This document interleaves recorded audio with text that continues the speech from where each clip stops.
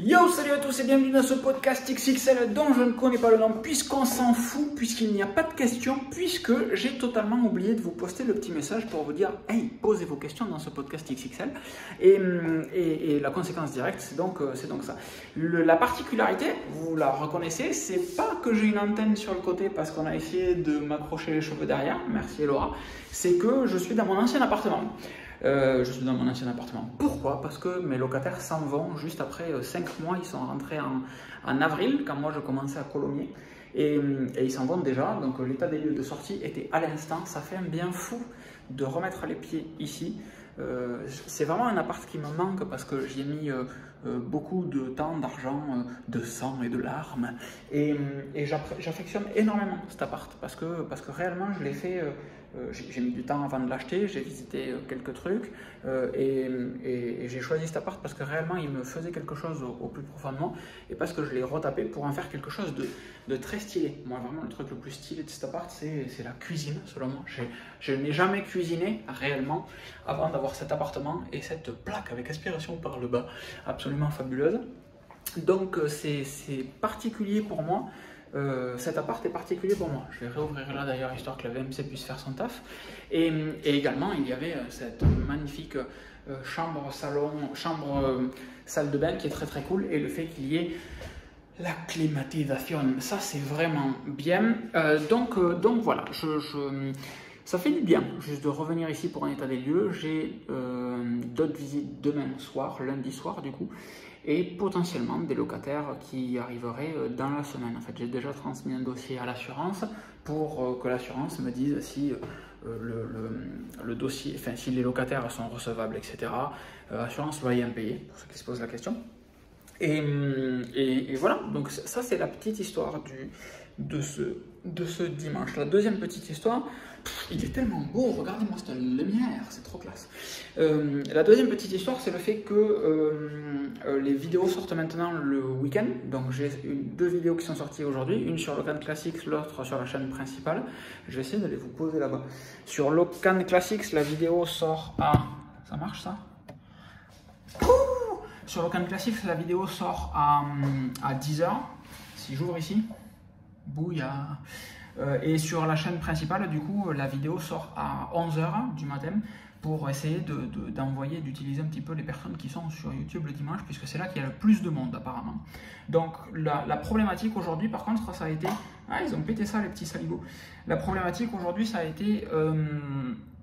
qu'en fait il n'y a pas de vue, donc je ne sais pas si c'est le week-end avant la rentrée, donc les gens ne sont pas là et profitent, ou si réellement les vidéos étaient pourries. Ça m'emmerde un petit peu parce qu'une des deux vidéos est donc la vidéo sur le Van Rysel que tout le monde demande depuis longtemps en fait, depuis que j'ai ce vélo, et la vidéo est pas ouf objectivement. Je vous l'ai mise dans suggestion box sur le Discord et c'est perfectible. J'étais pas à l'aise au moment de la tournée, je l'ai tournée 4 fois cette vidéo, pas à l'aise au moment de la tournée, donc j'ai pas lu le texte que j'avais sous les yeux qui me servait de script en fait, donc ça c'est une faute.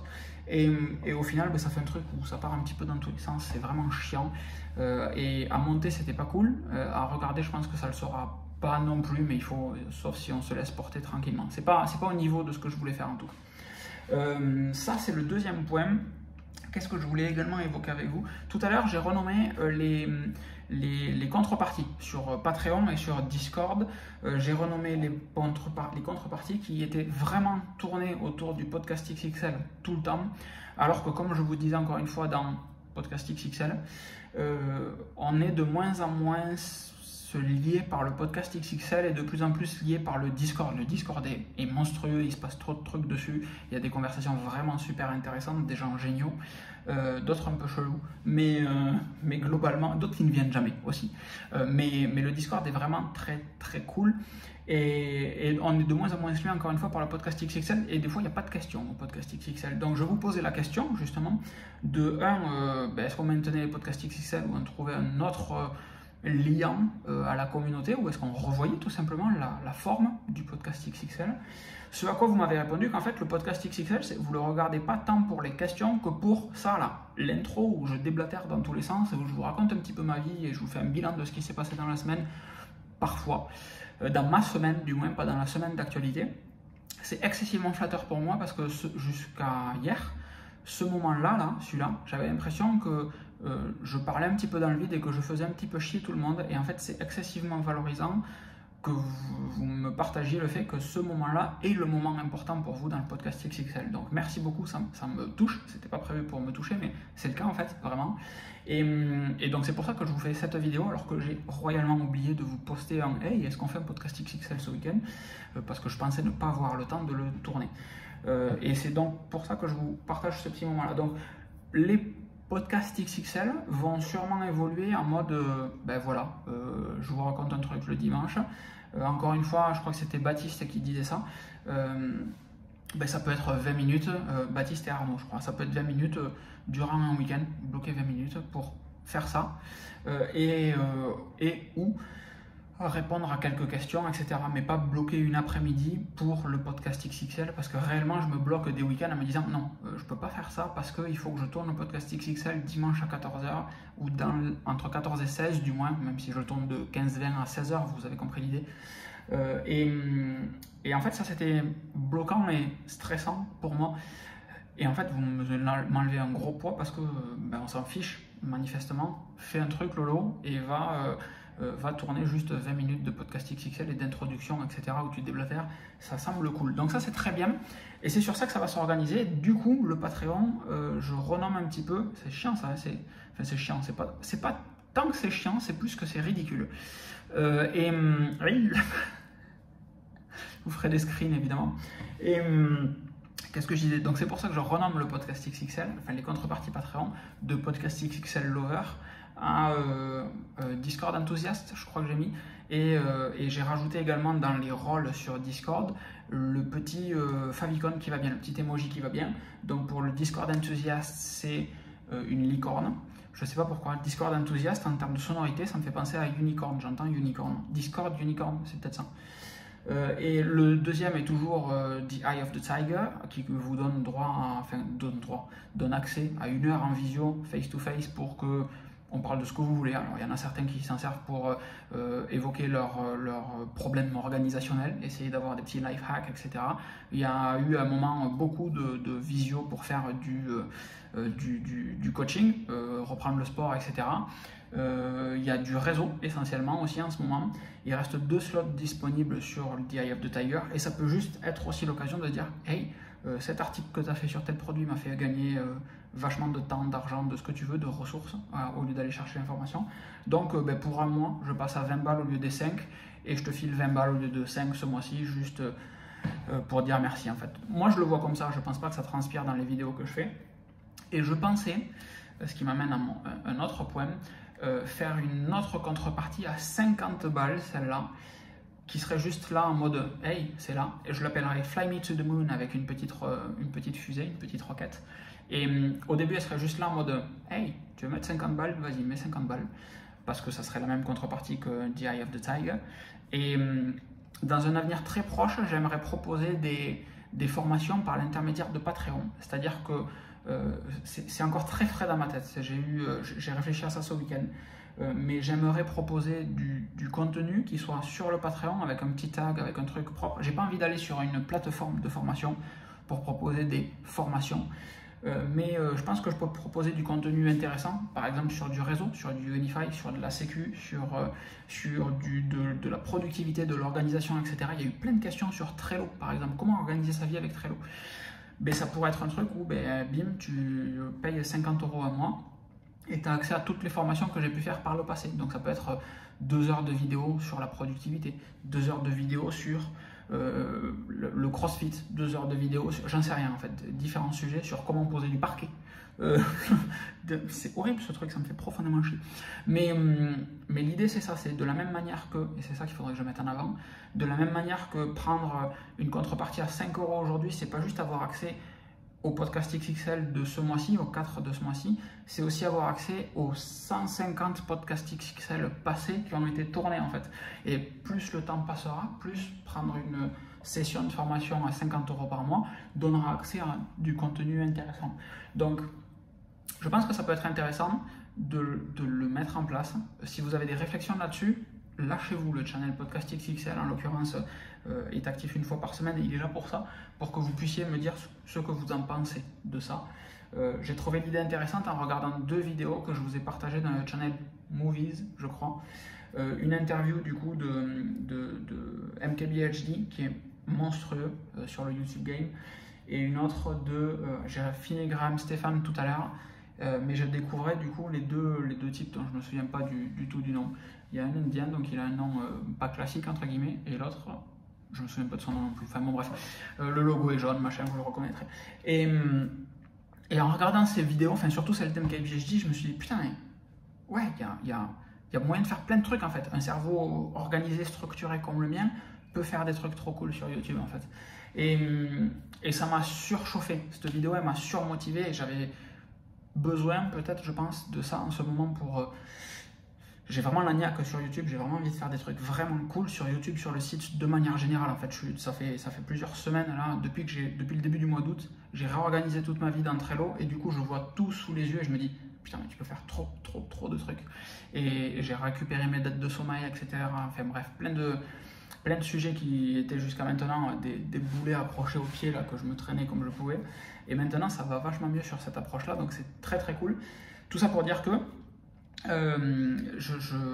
cette vidéo m'a vraiment, il faut que j'arrête de dire cette vidéo m'a vraiment surchauffé à proposer du contenu toujours plus quali sur YouTube, à travailler mes plans de coupe, à travailler mes voix off, à travailler mon montage. Dans la vidéo de Graham Stephan, il parlait de l'importance incroyable de la miniature. La miniature est juste trop importante apparemment pour parce que c'est ce qui fait cliquer la personne dessus en fait.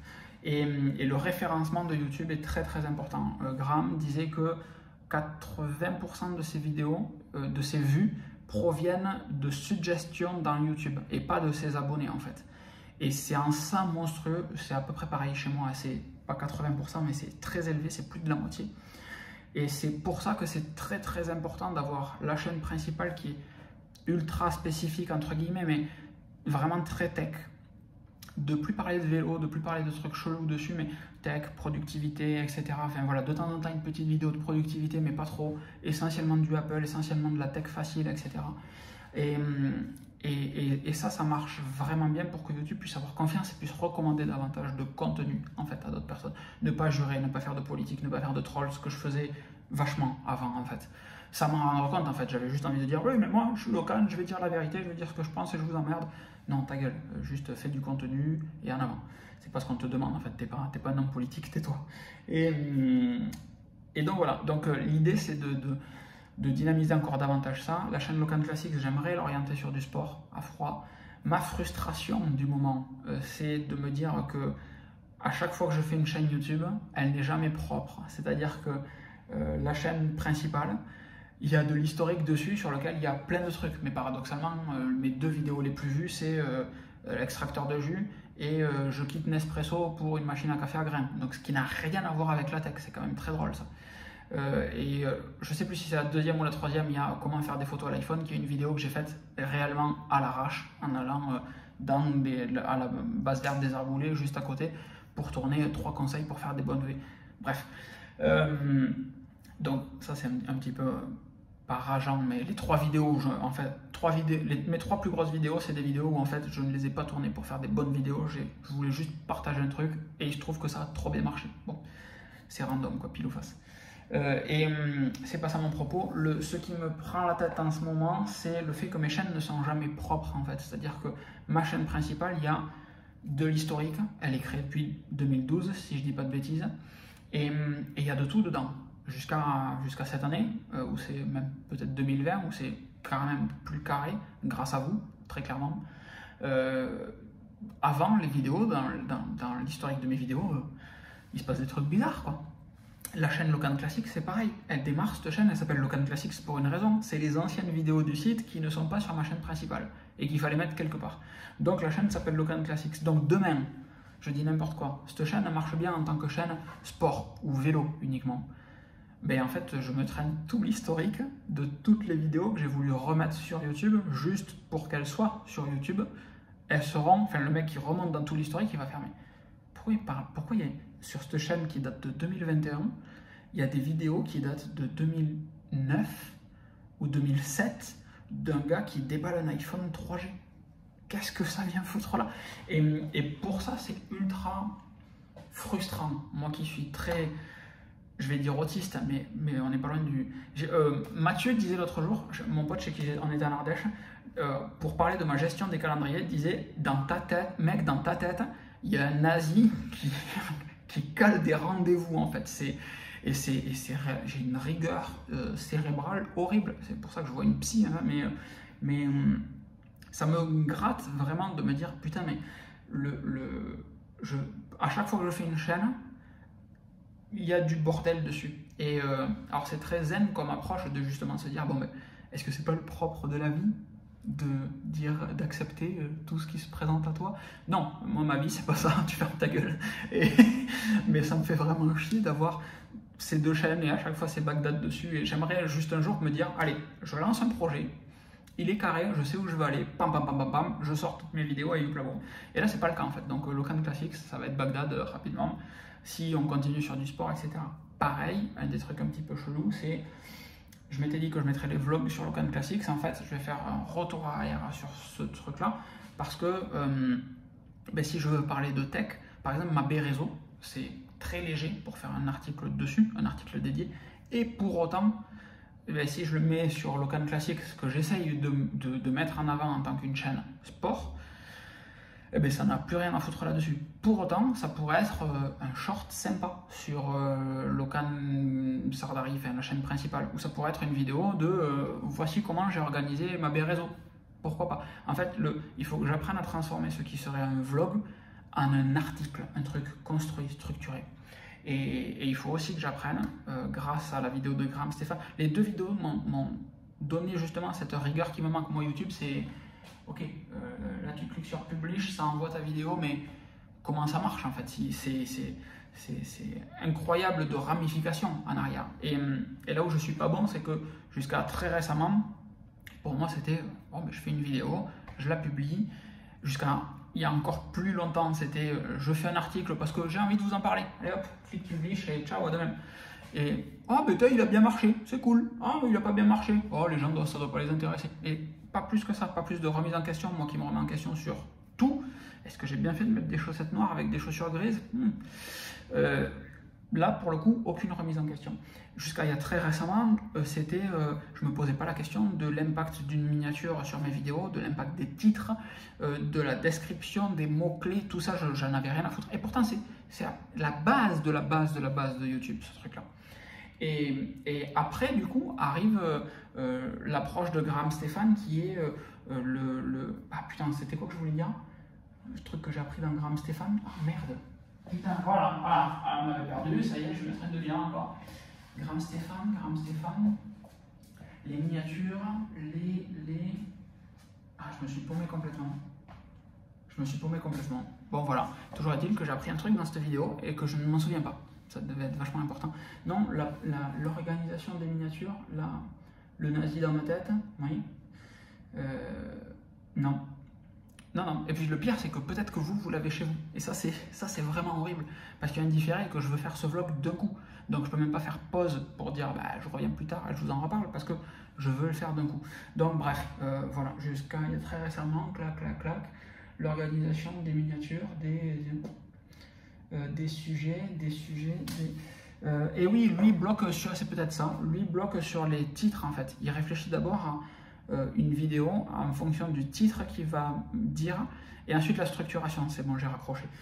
Et ensuite la structuration, et dans sa structuration, il disait, pareil, ça je me suis jamais posé la question, mais de vraiment faire un hook sur les 60 premières secondes. S'il n'accroche pas la personne les 60 premières secondes, ça ne sert à rien, tout le taf qu'il a fait derrière ne sert à rien. Et pire que ça, c'est là qu'il met vachement l'accent sur la miniature, c'est que si la miniature, ce pauvre petit JPEG de merde, est dégueulasse, tout le taf qu'il a fait dessus ne sert à rien. Et ça, c'est ouf. Je reviens sur la miniature dans un instant. Et donc, faire un hook sur les 60 premières secondes. Une fois que le hook est fait, parfait, il fait l'introduction et il revient sur de l'histoire. Pourquoi est-ce que je vais vous parler de ça? Très bien, un switch d'agrégation, ça sert à ça. Une fois qu'il a fait son introduction avec le concept général du truc, il cale toujours le petit, et c'est là ça qu'il faut que j'apprenne vraiment à faire ces prochaines semaines, il cale toujours le petit.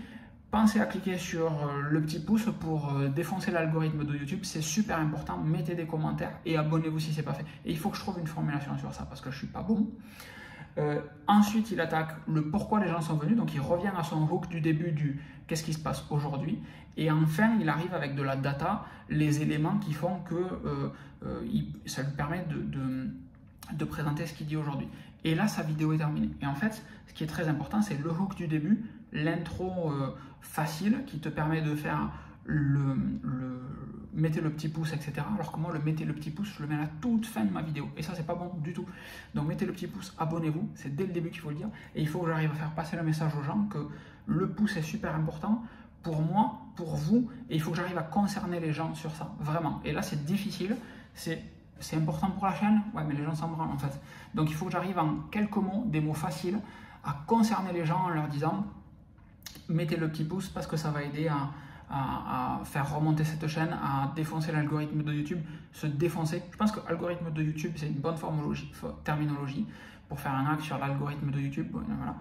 Mais faire un hack, le défoncer, le machin, cette formulation, il faut la revoir. Mais je pense qu'il y a un bon truc là. Et dans cette structuration, poum, poum, poum, c'est très cool. Et pareil, MKBHD a la même approche sur la création de ses vidéos. Il part sur... il fait un script, j'ai bien accroché sur la notion du script, il écrit tout et ensuite à chaque fois il y a de noter les différents plans de coupe qu'il va mettre et il ne fait que lire son script devant la caméra et c'est pour ça que ces vidéos sont si propres en fait, c'est parce que c'est scripté, parce que tous les plans de coupe sont déjà tournés en amont. Donc dans sa vidéo il disait on a un Google Doc dans lequel j'écris ce que j'ai à dire. Un des gars a accès au Google Doc et fait du fact-checking dessus, donc vérifie si ce que je dis c'est vrai ou pas et corrige éventuellement. Les gars qui font du graphisme et des plans de coupe, le mec qui gère les robots là et l'autre qui fait du graphisme et de l'animation, regardent le script au fur et à mesure qu'il s'écrit et en fonction de ce qui est écrit se disent bon ben là il parle des haut-parleurs donc on va faire un plan de coupe sur les haut-parleurs, là il parle de l'écran donc on va faire ça. Et en fait MKBHD a juste à se poser devant la caméra, lire son script et tous les plans de coupe sont déjà tournés, l'immense majorité d'entre eux. Les plans où c'est lui qui joue avec le téléphone, ils sont faits dans la foulée. Et ensuite, pouf, il a tout ça, on lui pose les SSD de tous les tournages sur son bureau et c'est lui qui fait le montage en fait. Il fait écrire, parler, monter, tout le reste c'est les autres gars qui le font. Bon, évidemment, moi j'ai pas d'adjoint, de collaborateur, donc c'est moi qui ferai tout, mais l'idée de scripter tout bien proprement, je vais parler de ça, puis je vais parler de ça, et c'est très important je pense d'avoir des vidéos qui s'enchaînent bien pour les prochaines semaines, les prochains mois, en disant vraiment mettez le petit pouce, abonnez-vous, partagez cette vidéo si vous êtes déjà abonné, c'est super important, enfin ce type de formulation là. Et ça c'est très très cool. Je finirai cette vidéo, ce podcast XXL de je sais pas quand là, 32, 33, un truc comme ça, non en vous disant un truc très simple, c'est que là il y a, je pense que demain, après-demain, on passera les 25 000 abonnés. C'est délirant. Parce que quand j'étais encore ici, l'an dernier, on a recommencé à bosser un petit peu sur YouTube. Je crois qu'il y avait 5000 personnes. Puis il y a eu tous les Mac M1, les déballages de tout ça, les déballages des iPhones, les nouveaux OS, etc. Et d'ici de août 2020 à décembre 2020 ou novembre 2020, on a passé les 10 000 abonnés, mais trop vite. Je me souviens pas des 10 000, mais je me souviens de 5 à 13, un boulet de canon. Et ça continue de monter tout seul depuis les 20 000, j'étais encore là-bas, c'était en début d'année. Bon, et donc 25 là, 30 courant septembre, et moi je pète un plomb à me dire, si je suis pas mauvais, c'est pas impossible de casser les 50 en janvier en fait. Et c'est ça qui est ouf, c'est que de ce que je vois sur d'autres chaînes, pareil, il faudrait que je regarde davantage de vidéos sur d'autres chaînes, c'est un truc que je ne fais pas. Donc je vais m'y mettre un petit peu plus là, à regarder un petit peu ce que font les autres, comment je peux m'améliorer. Comme à l'époque où je voulais faire de la photo, je regardais sur Flickr comment faisaient les gens avec des exifs, etc. Ah ben il a réussi à faire son bokeh là, sa mise au point, ça. Et c'est comme ça qu'on apprend en fait. Et là du coup le même délire, c'est regarder d'autres vidéos et essayer d'arriver aux 50 en janvier, mais ça va être un vrai challenge parce que les chaînes qui performent bien, je vois un plafond moi entre 40 et 60, 70 même, c'est la zone de sable mouvant où il y a beaucoup de chaînes qui sont entre 40 et 70 et il se passe plus grand chose en fait. Et une fois que tu as passé les 70, je me dis bon, c'est peut-être ça. Peut-être que c'est une vue de l'esprit, peut-être qu'au moment où j'ai regardé toutes les chaînes, elles étaient toutes entre 40 et 70 et c'est pas le cas. Mais c'est une vraie question c'est un vrai doute que j'ai à moi de me dire est-ce que ce passage des 40 à 70 il va être smooth et il va bien se faire ou pas. Voilà. Donc de manière assez utopique, durant l'été, je me disais 30 000 à la fin de l'année, ça serait vraiment bien. Là, je vois qu'on est à 25 dans quelques jours. On est à 24 500 ce matin. Donc, les 30, ils sont très clairement touchables en décembre, en fin d'année. En fait, si je ne suis pas, c'est que j'ai chié un truc très clairement. Parce qu'avec les nouveaux Mac, les nouveaux iPhones, les nouveaux OS, il va y avoir plein d'articles faciles à faire. Et il faudra que je me sorte le doigt pour faire 3 vidéos par semaine sur la chaîne principale. Il faudrait que je me mette à faire des shorts aussi, plein de choses. Et du coup, qu'est-ce que je voulais dire? Fin d'année, du coup. Fin d'année, idéalement, cadeau de Noël, 50 000, c'est royal, mais je me fixe courant janvier. Fin janvier, si on est à 50 000, c'est très très cool, mais si je me loupe pas sur les... Mettez des petits pouces pour l'algorithme de YouTube, abonnez-vous à cette vidéo, et si c'est déjà fait, partagez cette vidéo à quelqu'un. Scriptez mes vidéos, travaillez sur les miniatures. Enfin, c'est juste les trucs qui ont le plus de levier sur YouTube. Juste si d'avoir conscience de ça, ça sera déjà oufissime. Et je finirai cette vidéo comme ça en vous disant que j'ai vraiment la sensation que ma vie a commencé à 30, 31, 32 ans. Et qu'avant, c'était la vie d'une autre personne. J'ai vraiment envie de faire un article sur ça. Je ne sais pas comment le formuler, mais ça fait partie des trucs. Je me couche et je me lève en passant à ça. J'avais pas conscience. On ne peut améliorer que ce qu'on peut mesurer. Et jusqu'à il n'y a pas si longtemps que ça, j'avais absolument pas conscience de ce que je pouvais faire avec YouTube, avec le site, avec tout ce que je fais depuis 15 ans. Parce que pour moi, c'était innocent, c'était juste... c'était du fun, c'est cool. Non, mais je fais juste des vidéos, moi, c'est bon. Il n'y avait vraiment aucune notion de... Mais mec, tu pourrais en faire ton taf, en fait. Tu pourrais en faire ton taf. T'avais 10 000 visiteurs jour en 2009. Qu'est-ce que t'as branlé pour en être là aujourd'hui? Et juste, oui, j'ai 10 000 visiteurs, c'est cool. Non, en fait, n'importe qui t'aurait dit structure, avance, etc. Plein de personnes me l'ont dit, mais si on n'est pas prêt à entendre les choses, ça m'arrive très souvent qu'on me dise mais Locan, mais je t'ai déjà parlé de la Tech Pouch, je t'ai dit que c'était super cool ce produit de Peak Design. Ouais, mais en fait, si tu m'en parles au moment où je suis pas prêt à l'écouter, il se passe rien en fait. Et ça marche pour tout le monde, c'est pas comment. Donc, on m'a dit plein de fois, ouais, YouTube c'est cool, le site c'est cool, etc. Il faut faire ça, ça, ça. Mais si on n'est pas prêt à l'entendre, eh bien, on n'avance pas sur ça. Et pareil, donc du coup, cette sensation d'avoir ma vie qui commence à 31-32 ans, c'est le temps qu'il m'a fallu, le temps délirant qu'il m'a fallu pour comprendre qu'il y avait une carrière à avoir professionnelle, avoir un taf en informatique, en ce que tu veux, etc. Monter en compétence, faire des choses. Pareil sur le site et sur YouTube, qu'il y avait un taf à côté du taf, un deuxième taf, et la possibilité de faire des choses peut-être encore plus grandes que dans le premier cas, avec le site, avec ce qu'il y a à côté. Et tout ça, en fait, c'est très complexe.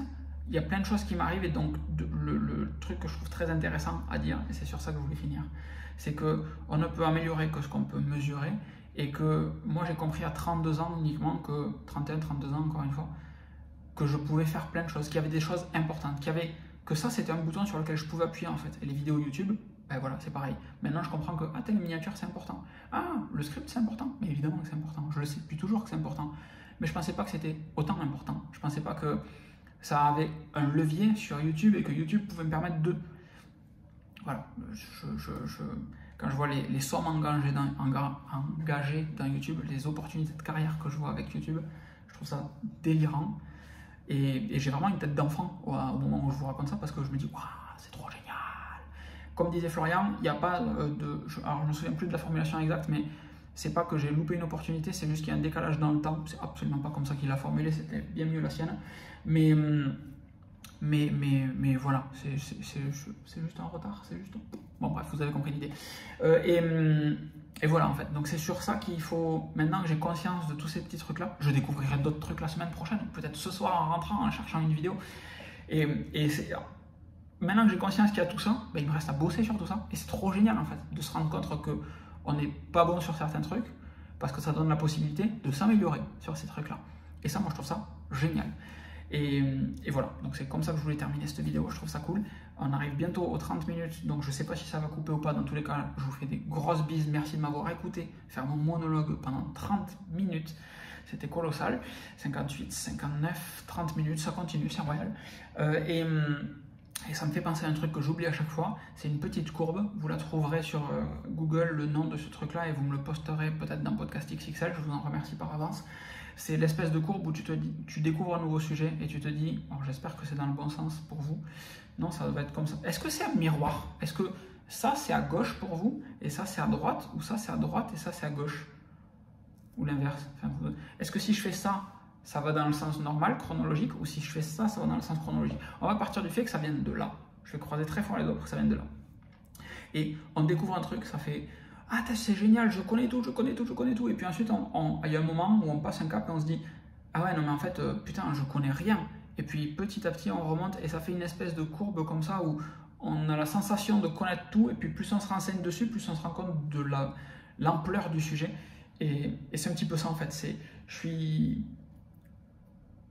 là, je pense, par ici, en train de remonter, de me dire waouh, il y a eu la phase de déprime de putain, j'ai trop loupé de trucs, j'y arriverai jamais, etc. Et maintenant, je vois que ça repart et je fais ah ouais, mais en fait, il me reste plein de leviers, c'est cool, je vais pouvoir avancer sur plein de sujets. Voilà, je suis très content de vous avoir autour de moi, vraiment, très sincèrement. Je l'ai dit au début du Patreon, au début du Discord, fin 2019, mais vous êtes la famille que j'ai jamais eue.